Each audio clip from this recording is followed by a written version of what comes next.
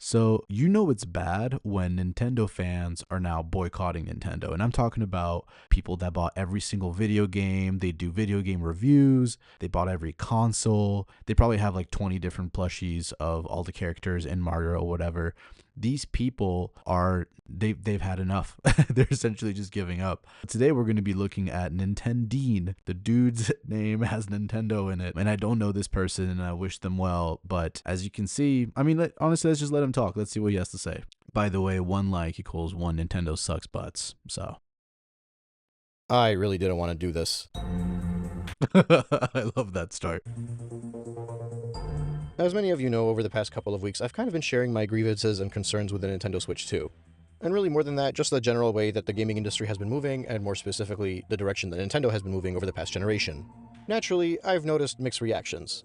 For the most part, those reactions have been pretty level-headed, regardless of which side of the fence you sit on, which is something that I wholeheartedly appreciate. Many people are completely aligned with my views, and if anything, might actually be harder on Nintendo than I'm being. On the other hand, you have a sizable collective of people that are saying that the price is well worth it for them, and they are gladly going to buy into the Nintendo Switch 2. The general theme for me for the past few weeks has kind of been, if you think it's worth it to you, and you really want to buy it, by all means, don't let anybody stop you, and don't let anybody make you feel bad about it. And despite what the title of this video is, don't let me rain on your parade. But if you're somebody more or less on the fence, or maybe you've already made up your mind but you're just not quite sure if it's the right decision, hear me out.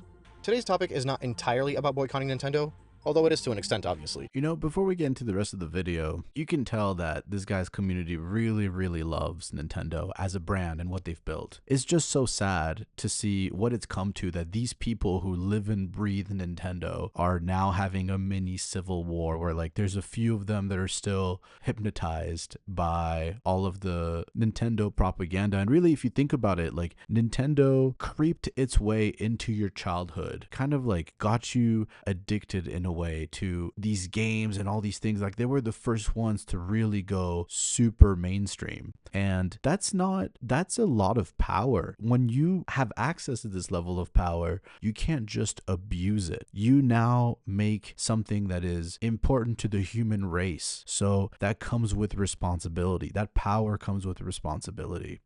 Nintendo has been absolutely abusing this power. Just from seeing the beginning of this guy's video, he's talking about, hey, if you still want to buy it, just buy it. It's okay. It's not okay. It's not okay. The guy who literally makes these videos and lives and breathes, the thumbnail of his video is, it's time to boycott Nintendo. And he's not the only one. There's a whole bunch. There's so many of not just YouTubers, but people that have had enough. They've seen how much profit this company is generating and how much they're squeezing the fans based off of the fact that they're just loyal and that they just really had a really deep and marking experience as a child, and so they're just monetizing nostalgia, and it's disgusting. But anyway, let's see what he has to say.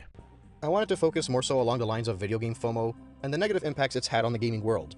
This is a topic that I have always felt very strongly about, and it just kind of happens that it completely ties in with the Nintendo Switch 2 release. I'd like to believe that even if I was not completely against everything that I've discussed in regards to the Nintendo Switch 2, I'd still be able to have this talk with you guys. But I also realized that as a Nintendo fanboy, I was ready to buy that thing. I was determined to get one day one. I was determined to finally upgrade the Nintendo Switch, which has been probably my favorite console of all time. Even as I watched the Direct, I did not lose any hype for it. Between the GameCube stuff, Kirby Air Ride, Game Chat, Donkey Kong obviously, and even the Mario Party Jamboree stuff, that's been one of my favorite Mario Party games. My hype was at an all-time high. But then, as you all know, it just slowly started to slip away. I began to reflect. I began to share my thoughts with all of you. The more I let it sit, the more convinced I was that this was not the console for me. And really, it's less about the console itself and more about the practices of Nintendo around that console, leading up to that console. And leading up is a very broad term. You could argue that this has been a long time coming. Many of us have been so distracted by the quality of the content that we didn't feel a need to stop and ponder about the business practices that were leading up to it. But, like I said, I've kind of already gone into this. We've spent 2 weeks, I've uploaded something like a dozen videos about it already. I don't want to keep recycling my thoughts, and I don't want to just make this a repeated video. I didn't plan for it to come to this, but where I'm currently sitting, I think it's worth asking you all to join me in boycotting Nintendo until the end of 2025. In part because I think it is worth it to us as consumers going into the next generation of consoles with a looming uncertainty of the way that this industry is flowing. But also because I think one of the things that are really having a negative effect on the gaming industry in general is FOMO. For those of you unaware, FOMO is the fear of missing out. I mean, you can call it FOMO, but really it's just weak-minded people who can't deprive themselves of literally one of the infinite pleasures they could have on this planet. Like, you could do any other console, you could replay the old games you already have.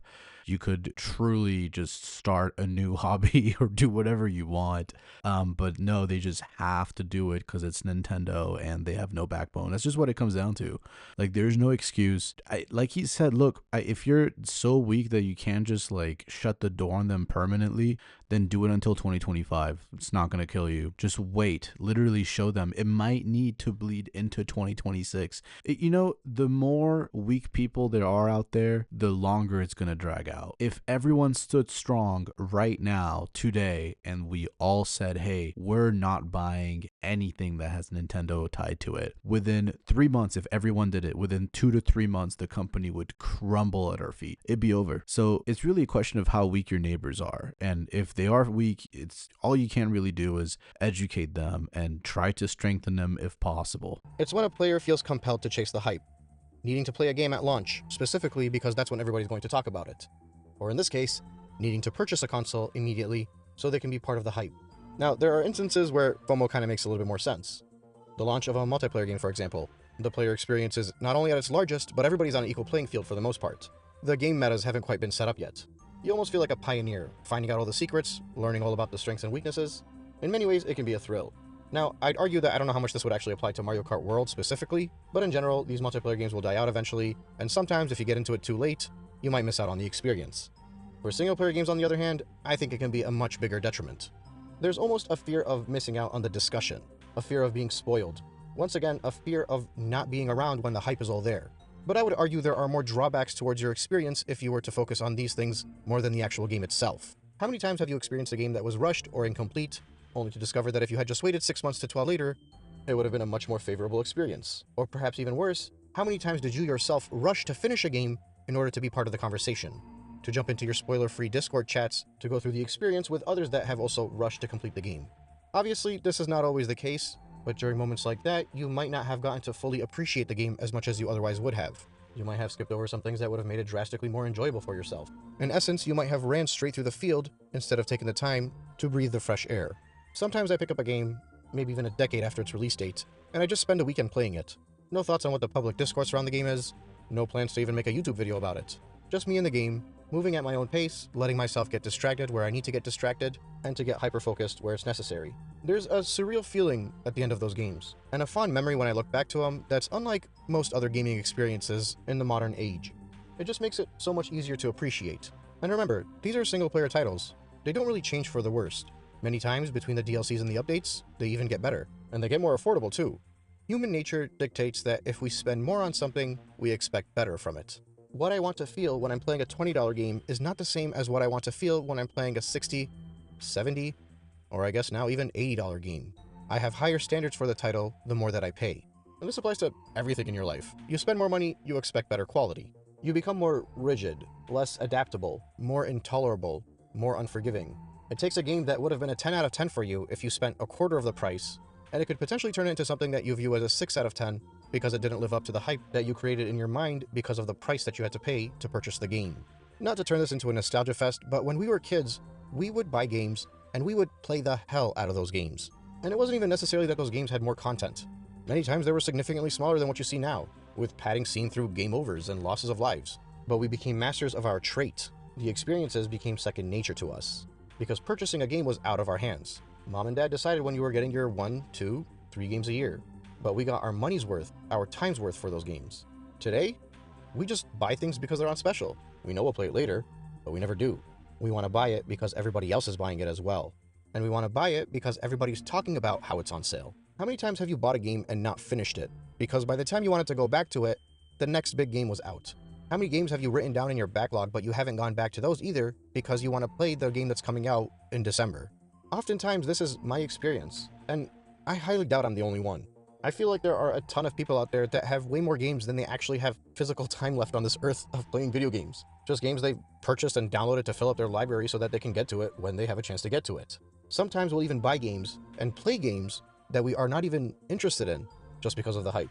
Imagine spending 40 hours doing anything that you're not entirely convinced is your cup of tea. That would be Dude, honestly, this is so unrelatable for me because I'm the last person to do things based on hype.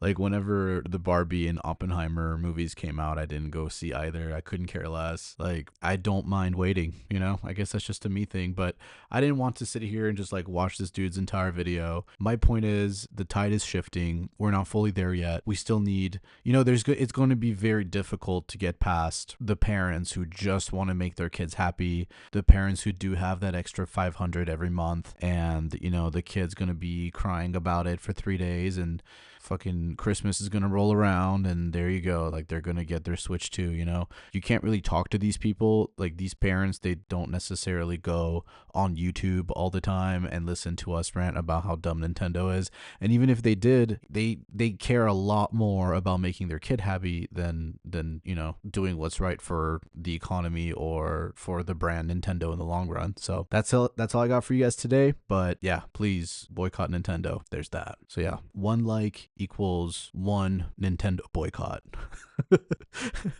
1 like is 1 Nintendo boycott, guys. You got this. You know what to do.